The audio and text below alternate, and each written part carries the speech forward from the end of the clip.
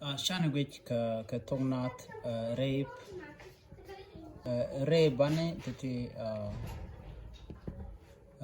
titi man go up con with a man tam kare bantin con de conduct shit go ban right kare baka me chagore ha kane ho kare bunny kan chala ka bo and go ka bunny yali chana ne magor mu right con ke qui haka de con chekamu cheka kan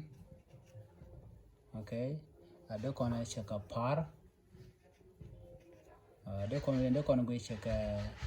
tare kenditi de con go jote gwar ke qui haka kamu con ko ho de con gor cheka tor kor de con mu tor ke tor mite mi chu tor kenditi de con laro to qui hok enema ala name ha karwada ko kele ha mi karo nena kenditi baga chole ha mugi kon ho name cha cholo ho chale ho iyo mi cha kule lel kareo enema bukula ho ha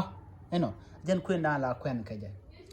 shit ko de kon chumo ke share dien share mi del kam kon yan gwasa me de ra gwarmi mo pol de kon mi chu kon me lel na ma chwale di no mo chwale cho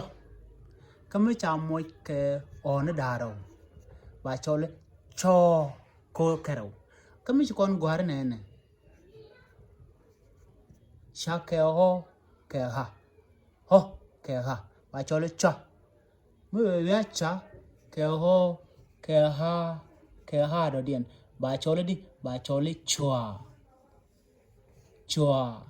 ajen gwar chua ka na mo chua chua eno goro no bi listener dien bu kono tenene gore bi gor ne me re baka ka qui ha kene ho